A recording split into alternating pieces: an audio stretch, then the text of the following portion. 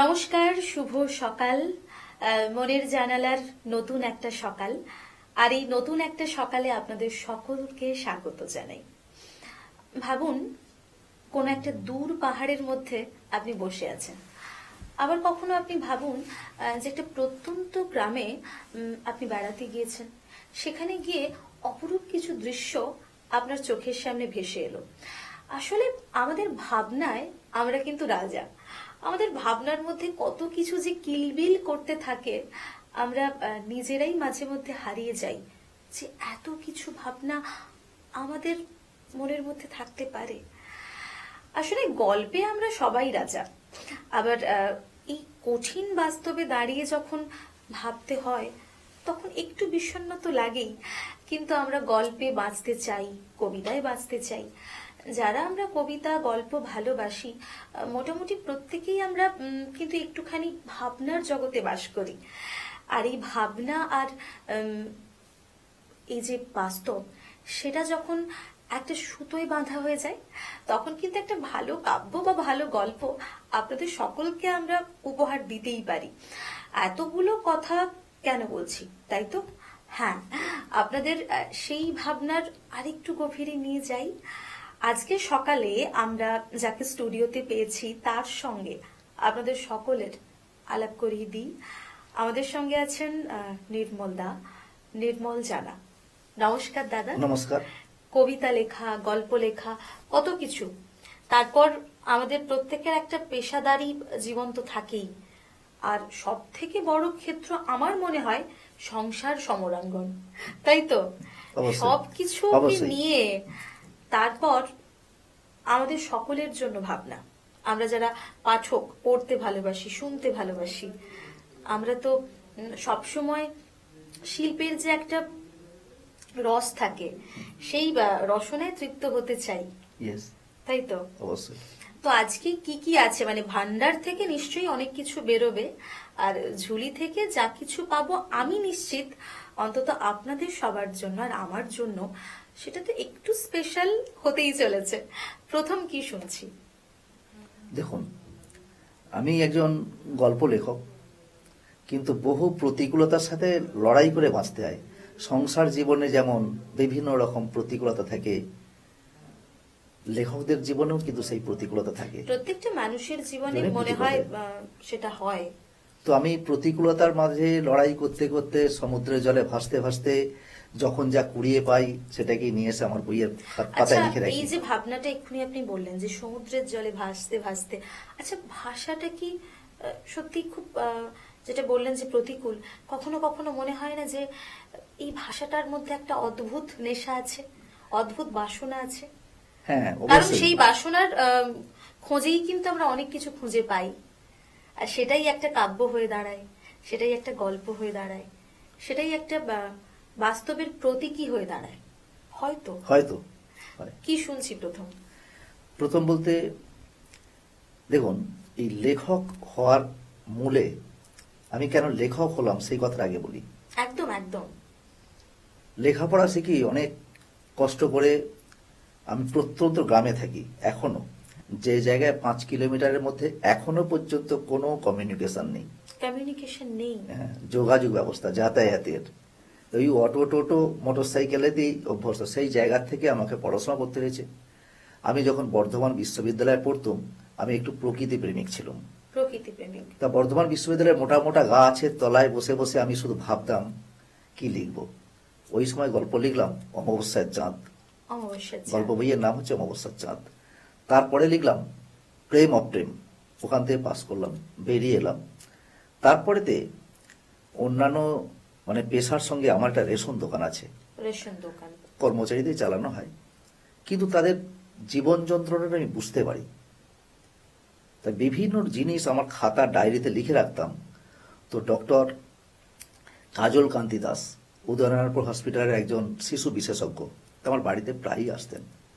সেটাই ব্যাচেলার ছেলে, বিয়ে শাদী করে না, খালি বলতো তোর এই লেখাগুলো এখানে কেন রেখেছিস, এগুলো বইয়ের পাতায় করছিস না কেন? প্রায়ই বলে। আমি কি করে কি করবো আমি কিছুই বুঝিনি।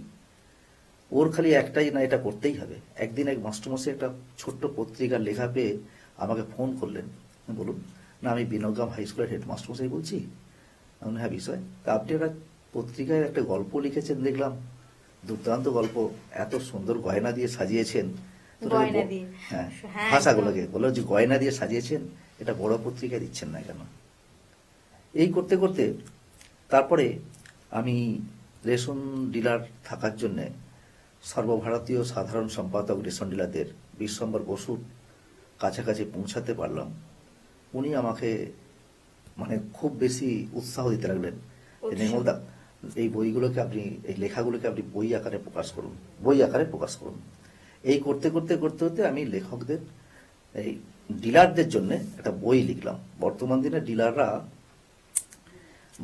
রাস্তায় রাস্তায় মাল দেয়, ফেরি করে, ভ্যানে করে নিয়ে যায়, কেউ ট্রলি করে নিয়ে যায়, কেউ গাড়ি করে নিয়ে যায়, নিয়ে রাস্তা রাস্তায় দেয়। ওই যে দুয়ারে সরকার করেছে। আমি তখন চিন্তা ভাবনা করলাম, প্রথম আমি কথাটা বার করলাম যে এরা সব ফেরিওয়ালা হয়ে গেছে।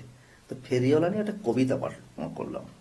কবিতা করার পর বিশ্বম্বর বসু পায় একদিন মহাজাতি সদনেতে একটা অনুষ্ঠান হচ্ছে। তো সেখানে দুজন এমপি রয়েছেন, তাদেরকে বেস্ট পার্লামেন্টারি হিসেবে সংবর্ধনা দেওয়া হবে। তারপরে আমাকেও সংবর্ধনা দিলেন লেখক হিসাবে। পরে দেখি আমার ওই লেখাটাকে অর্কেস্ট্রা দিয়ে শিল্পী টিল্পি নিয়ে দল, মানে প্রায় 10-12 জন মহিলা পুরুষ মিলে ওই গানটাকে করছেন। আমি চার্ম হয়ে গেল। আমি আস্তে আস্তে আস্তে আস্তে ভাবলাম তাহলে আমাকে কিছু লেখক হতে হবে, লেখা দিতে হবে। তারপরে একটু আধটু বই। প্রত্যেকটা লেখার মধ্যে কিন্তু একটা ইতিহাস আছে। কেন বলছি, আমরা যে ইতিহাসটা পড়ছি, হ্যাঁ। যে সাহিত্য পড়ছি, হ্যাঁ। শরৎচন্দ্র চট্টোপাধ্যায় বহু বছর আগে কত গল্প লিখেছেন, কিন্তু সেই গল্পগুলোর মধ্যে আমাদের সেই সময়কার আর্থসামাজিক অনেক চিত্র কিন্তু ফুটে উঠেছে। তো সেটাও তো এক প্রকার ইতিহাস, যে ইতিহাসটা আমরা এখন পড়ছি।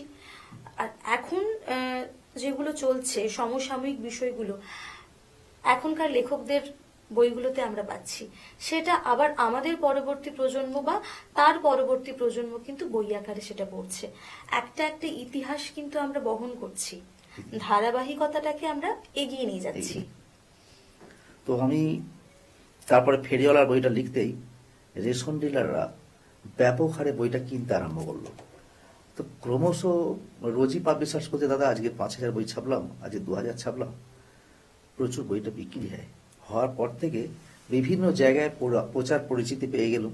পেয়ে যাওয়ার পরেতে দুর্গাপুজো থেকে আরম্ভ করে, মন্দির থেকে আরম্ভ করে যে কোনো অনুষ্ঠানেতে একটা অতিথি হিসেবে করে, এবং কোথাও ফিতে কাটতে যেতে হয়, কোথাও খেলার মাঠে বক্তব্য রাখতে হয়।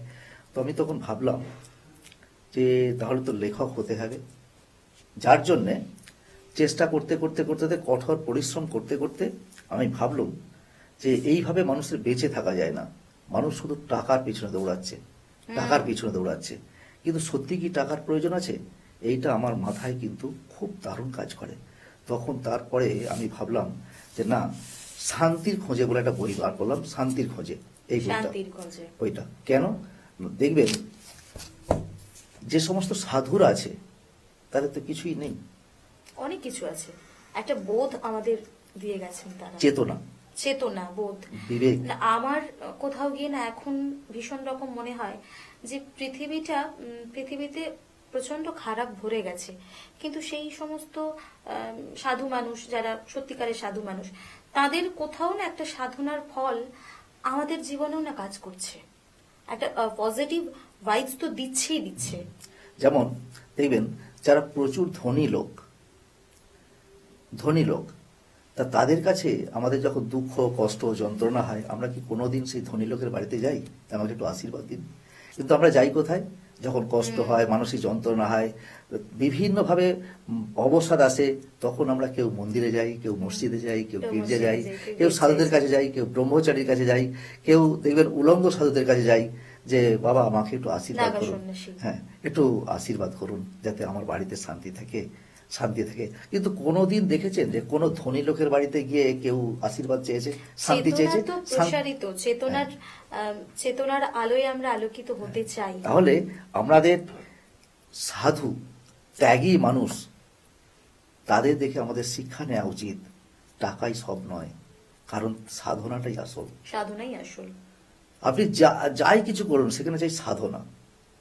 তা এই যে আমরা সাহিত্যিক বা কবি যাই বলেন না কেন, আমাদেরকে প্রচুর সাধনা করতে হয়। একজন কবি হচ্ছেন একজন প্রত্যেকটা ঋষি। মানুষকে আমার মনে হয় যে সাধনার ফল কখনো বিফলে যায় না, এবং একাগ্রতা একটা বিশাল বড় শক্তি। ইয়েস, একাগ্র চিত্তে অবশ্যই। যেটাই করব সেটাই মনে হয় আমাদের সমাজের জন্য এবং নিজের জন্য ভীষণ মঙ্গল একটা কাজ। তারপরে চলুন কিছু একটা শুনি। কবিতা শুনবেন? একদম। আমার কবিতার নাম মা সারদা। ক্লান্ত নিরীহ দিনগুলি আমার বার বার কাঁদে, খোঁজে শুধু শান্তির ধরাধাম। মনে মনে ভাবি, নাই বা ভাসলাম সুখ সাগরে, নাই বা পেলাম মেজাজি সন্ধ্যাবেলা, নাই বা পেলাম মিঠে বাতাসে চাঁদের হাসি। তুমি তো আছো মা আমার হৃদয়ে, আমার মনের মণিকোঠায়। তুমি আমার সুখ মা, তুমি আমার স্বপ্ন, তুমি আমার স্বর্গ। আমার অভাব, আমার জীর্ণ কুঁড়ে ঘর এ নয় আমার চিন্তা। তুমি তো আছো মা, তুমি সকলের জড়া ব্যাধি মুক্ত করো। দূষিত বাতাস, দূষিত আলো তুমি শুদ্ধ করো। চারিদিকে অনাচার, ব্যভিচার, খুন, ধর্ষণের দাপাদাপিতে নীতিহীন ছুরিটা গেঁথে যাচ্ছে স্থবির পৃথিবীর হৃৎপিণ্ডে। তুমি ওদের পথ রুদ্ধ করো মা, তুমি ধ্বংস করো দুর্নীতির দুরন্তপনা। নীতির পায়ে দুর্নীতি হোক নত, দুর্নীতির দুরন্তপনায় নীতি পায়নি আলো মাখা পথের দিশা। আমার হৃদয়ে থাকুক মেঠো পথের ধারে, উর্মিলি বাতাসে ফাগুনের ভরা পূর্ণিমার ছায়া ছায়া আলো মেখে। আমার হৃদয়ে থাকুক পথ শিশুদের মাঝে, বস্তির জীর্ণ ঘরে চাঁদের আলোয় ভেসে। আমার হৃদয়ে বেঁচে থাকুক মা তোমার চরণ ছুঁয়ে। পোড়া রুটি আর ফ্যান ভাসা ভাত খেয়ে শুধু তুমি থাকো আমার হৃদয়ে মন্দিরে। গ্রীষ্মের মধ্য গগনের খরস্রোতা তাপ, বৈশাখীর ঝড় তোমায় ভোলাতে পারেনি। দোলন চাপা কৃষ্ণচূড়া, বেল জুঁইয়ের গন্ধ তোমায় ভোলাতে পারেনি। মেঠো পথের ধারে, জঙ্গলে, ঝর্ণার ধারে, ধরার ধুলিতে শুধু তোমার স্বপ্ন দেখি মা। তুমি অন্যায় অবিচারের গতিপথ রুদ্ধ করো, হাতে তুলে নাও শানিত কৃপান। সীতা সাবিত্রীর দেশে তুমি এসে বন্ধ করো এ অভিশাপ, এ অনাচার। ফিরিয়ে দাও আমাদের শান্তি, আমাদের স্বপ্ন, আমাদের শ্রদ্ধা, আমাদের বিশ্বাস। তুমি আমার মা সারদা। করুণাময়ী মা সব সময় তার সন্তানদের আশীর্বাদ করছেন। মায়ের ইচ্ছেই সবকিছু চলবে। কি কবিতা শুনবো? বর্তমান দিনে মেয়েরা সমাজের জন্য, বাড়ির জন্য প্রচুর কাজ করে। দেখবেন একজন পুরুষ মানুষ ঘুম থেকে যখন ওঠে তার থেকে মেয়েরা সবার আগে ঘুম থেকে ওঠে। আর রাত্রিতে যখন শুতে যায় সবাই ঘুমিয়ে পড়ে পুরুষরা, তারপর মেয়েরা কিন্তু খিল দিয়ে শুতে যায়। সারাদিন তারা অক্লান্ত পরিশ্রম করে। সেই তাদের নিয়ে একটা কবিতা আমি লিখেছি, আমি মেয়ে বলেই। আমি মেয়ে বলেই, আমি মেয়ে বলেই প্রাচীর চতুর্দিকে, ধর্মগুরুদের নিষেধের বিশ্রামহীন দিন, নেই কোনো ছুটি। ঘুম ভেঙে যায় অমল প্রভাতের শিশির ভেজালোকে, সারাদিন ঘামে ভেজা ক্লান্ত শরীর। নিস্তব্ধ রাত্রির বন্ধা প্রান্তরে একাকী আমি গুটি গুটি হেঁটে যাই। বেদনা বিধুর নিস্তব্ধ রাত্রির বিছানা, যে আমায় ডাকে শুধু আমি মেয়ে বলেই। সকালের চা টিফিন, মাছ ভাত দুপুরে, রুটি তরকারি রাত্রিতে, ঘর ঝাঁট দেওয়া, বাসন মাজা, বিছানা তোলা আমাকেই করতে হবে। আমি মেয়ে বলেই ভোরের বেলা, সাঁঝের বেলা প্রদীপ জেলে তুলসী তলায় মাথা নত করে ডাকতে হবে, এসো মা লক্ষ্মী আমার ঘরে। আমি মেয়ে বলেই ঘুম পাড়ানি গান গেয়ে ছেলে মেয়েকে ঘুম পাড়াতে হবে, স্কুলের ব্যাগ গোছাতে হবে। শুধু আমি মেয়ে বলেই রোজ শুনতে হয় সংসার সুখের হয় রমণীর গুণে। আমি মেয়ে বলেই সাত পাকে বাঁধা হয়ে যেতে হবে তোমার ঘরে। যদি যদি এমন হতো আমি যেতাম বিয়ে করতে, তুমি আসতে আমার ঘরে, নগদে নগদে ঘর ভরিয়ে সোনাদানার ষোলোদান নিয়ে আমি যেতাম অফিসে, আর তুমি সকালে চা টিফিন, মাছ ভাত দুপুরে, রাত্রে রুটি ভেজে অপেক্ষা করতে আমার তরে। তোমার বেলায় হপ্তাহে একদিন ছুটি, 10টায় অফিস, 5টায় ছুটি, অফুরন্ত বিশ্রাম। আমার বেলায় শুরু হবে অমল প্রভাতের আলোকে, শেষ হবে বেদনা বিধুর রাত্রির গাঢ় অন্ধকারে। তোমরা বলো মেয়েরা মা লক্ষ্মী, মেয়েরা মা সরস্বতী, মেয়েরা মা অন্নপূর্ণা। সেই মা লক্ষ্মী, মা সরস্বতী, সেই অবগুণ্ঠনবতী মাকে নষ্ট করতে মায়ের সম্ভ্রম, মায়ের মমতাকে দুপায়ে দোলে পিষে, মায়ের শালীনতাকে ছিঁড়ে ফেলতে লাগেনি এতটুকু বিবেকে। সেই মায়ের মমতাকে খেলার পুতুল বানিয়ে সৃজনশীলতাকে লুণ্ঠন করতে জাগ্রত হয়নি তোমাদের বিবেক, তোমাদের শিক্ষা, তোমাদের চেতনা। বয়স বাড়ে, শক্তি কমে, কমে প্রাণের স্পন্দন, আলো কমে, ভালোবাসা কমে, তবু নেই কোনো ছুটি। হারিয়ে যায় শৈশব, হারিয়ে যায় যৌবনের মৌতাত, শুধু পড়ে থাকে ঘর ঝাঁট দেওয়া, বাসন মাজা, রান্নাশালা আর নিষেধের প্রাচীর। আমাদের প্রত্যেকটা মেয়েদের জীবনে অনেক বাধ্যবাধকতা। একটা গোটা সমাজকে আমরা আমাদের শির দাঁড়াতে বহন করছি, তবু সবাই বলে নারীরা পিছিয়ে। জানি না কেন বলেন, কি জন্য বলেন, কিভাবে বলেন, তবে আমরা একদিন জিতবই। সময় হয়েছে ছোট্ট একটা বিজ্ঞাপন বিরতির। নিয়ে নেব ছোট্ট একটা বিজ্ঞাপন বিরতি, ফিরে আসবো ছোট্ট একটা বিজ্ঞাপন বিরতির পর। তোমার স্বপ্নের বাড়ি দারুণ। বাথরুমটা তো দারুণ। ওয়াটার হিটারটাও খুব সুন্দর, তাই না? কোন brand? Venus, the hot water professionals. Hot water professionals? আসুন, I will show you. Venus দেখতে সুন্দর, এতে আপনার টাকাও সাশ্রয় হবে। এর এনার্জি সেভিং মডেলস এর মাধ্যমে instant water heater, storage water heater, solar water heater, tankless water heater, heat pump water heater. 10 years guarantee, 5 এসির জন্য যা দেয় দীর্ঘ আয়ু। Scale guard technology for longer life and hard water protection. International certifications. আপনার জীবনযাত্রার সঙ্গে মানানসই সুবিধাজনক মডেল 34টি দেশে বিক্রি হচ্ছে। 3.6 মিলিয়ন সুখী গ্রাহক, 60 বছরের আস্থা। সেই কারণেই ভিনাসকে গরম জলের প্রফেশনাল বলা হয়। Trust the hot water professionals for a refreshing bath. Venus, the hot water professionals. ফিরে এলাম ছোট্ট একটা বিজ্ঞাপন বিরতির পর। আপনারা দেখছেন টুইলাইট প্রোডাকশন প্রযোজিত, চ্যানেল ভিশন আয়োজিত আপনাদের সকলের অত্যন্ত পছন্দের অনুষ্ঠান মনের জানালা। সঙ্গে আমি আছি নিবেদিতা, এবং আজকে আমাদের সঙ্গে আমাদের স্টুডিওতে আছেন আমাদের অতিথি শিল্পী নির্মল বাবু, নির্মল জানা। আচ্ছা নির্মল দা, আপনি তো লেখালেখি সূত্রে বহু জায়গায় ঘুরেছেন, ভারতবর্ষের বাইরে, ভারতবর্ষের বিভিন্ন প্রান্তে। সেখানে এই বিভিন্ন জায়গায় গিয়ে অনেক চরিত্রকে নিশ্চয়ই খুঁজে পেয়েছেন। হ্যাঁ। তখন মন কি বলে উঠেছে? দেখুন, বিভিন্ন চরিত্র যখনই পাই তখন সত্যি কথা বলতে কি প্রতিবাদী মন একটা আমাদের থাকে কবিদের।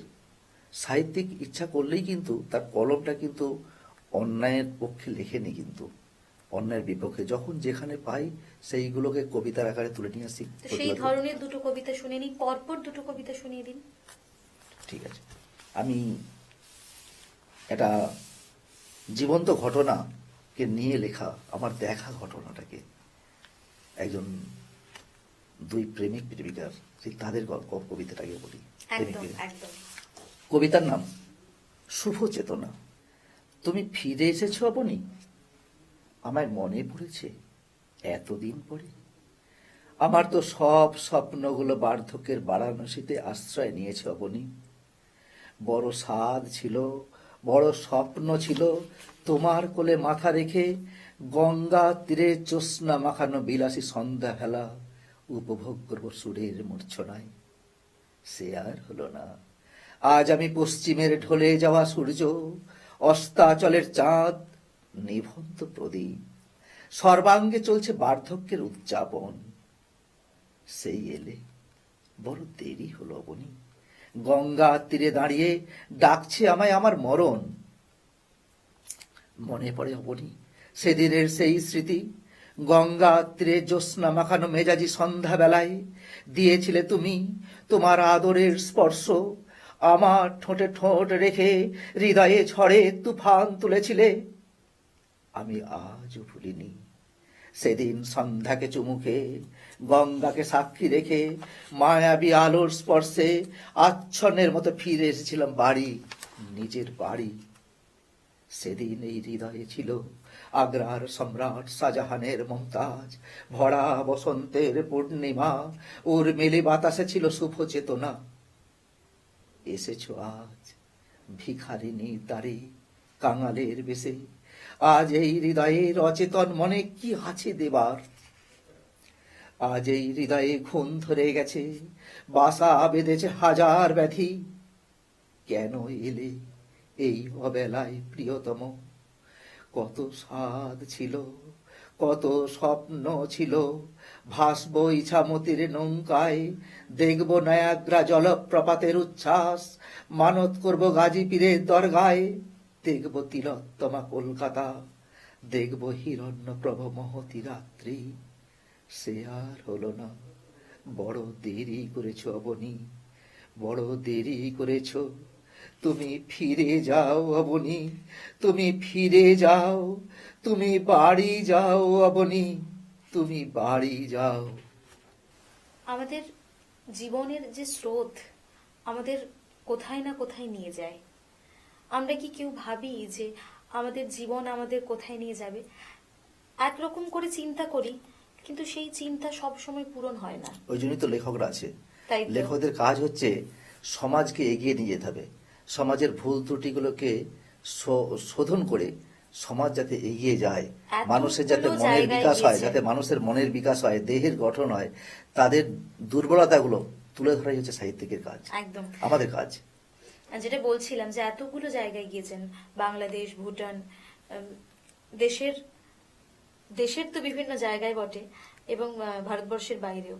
সেখানে নিশ্চয়ই প্রচুর মানুষের সঙ্গে সাক্ষাৎকার, এবং তারা এই কবিতাগুলো কিভাবে গ্রহণ করেছে।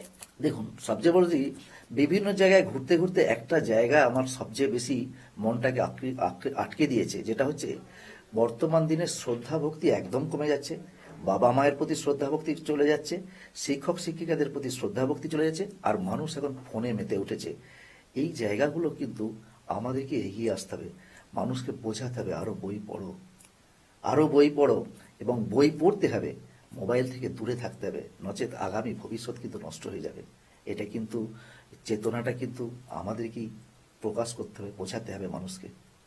সেটাই একদম আমাদের এই যে বর্তমান প্রজন্মের যে অস্থিরতা, ভীষণ রকম অস্থির, তারা বই পড়তে চায় না, তাদের মধ্যে বিন্দুমাত্র শ্রদ্ধা ভক্তি নেই। তবে সবাই নয়, কিছু কিছু ছেলেমেয়েরা এখনো খুব সুন্দরভাবে তাদের জীবনটাকে কাটাচ্ছে, তাদের পারিবারিক ধারাবাহিকতাটাকে বহন করে নিয়ে যাচ্ছে। তাদের জন্য তো লিখতে ভালো লাগে। তাদের জন্য লেখা হচ্ছে, লিখি আমি, সেগুলো গল্পের আকারেই বেশি লিখি। যেমন একটা কবিতা, একটা মাকে শ্রদ্ধা জানানো, মাকে শ্রদ্ধা জানানোর জন্য তার দুই মেয়ে আছে, হ্যাঁ, দুই মেয়ের নাম হচ্ছে কৃষ্ণা কাবেরী। এই কৃষ্ণা কাবেরী নাম দিয়ে একটা গল্প তৈরি করা হয়েছে, যে মাকে কিভাবে শ্রদ্ধা ভক্তি করা উচিত, বা কিরা মা কি পেলো, মা কি পেলো। লেখকের চোখে দেখা যাচ্ছে যে মা কিছুই পায়নি, সারাটা জীবন অক্লান্ত পরিশ্রম ওই করে যে গেলেন। ধূপ চিরদিন গন্ধ বিলায়, নিজেই জ্বলে মরে। আসলে সেটা আমাদের জীবনটা ভীষণ রকম এভাবেই আমরা কাটাচ্ছি, কোথাও না কোথাও। কোথাও না কোথাও। ভালো থাকুন দাদা, সুস্থ থাকুন। আপনার কবিতা, আপনার গল্প প্রত্যেকটা বাড়ির উঠোনে, প্রত্যেকটা শিশু মনে প্রসারিত হোক। সবার, বড় বাচ্চা সবাই মিলে আমরা একটা ভালো জীবন কাটাতে চাই। আপনি আমরা ভালো কিছু থাকুন। পাওয়া, আমি কিছু পাওয়ার জন্য কিন্তু লিখিনি। এই যে চেতনা, এই চেতনার জাগরণ, চেতনার বিকাশ, এটাই তো দরকার। আমি প্রচারের আলোতেও আসতে চাইনি, এবং প্রচারের জন্য আমাকে বিভিন্ন জায়গায় ডাকে, বাধ্য হয়েই যেতে হয়, কিন্তু সবসময়তে আমি প্রচারের আলোয় থাকতে চাইনি। এবং আমি এখন আমাকে যেভাবে দেখছেন, কিন্তু আমি যখন আমার এলাকায় চলে যাবেন তখন অত্যন্ত সাদামাটা লোক, কেউ আমাকে চিনতেও পারে সেটাই না। বোধহয় দরকার। হ্যাঁ, কিন্তু হয়তো আমাকে সবাই চেনে, এক ডাকে হয়তো চেনে, কিন্তু আমি কিন্তু কাউকে কাছে বলিনি আমি লেখক। ভালো থাকুন দাদা। আর আমাদের মনের জানালার বন্ধুরা, আপনারাও ভালো থাকুন, সুস্থ থাকুন। ধন্যবাদ।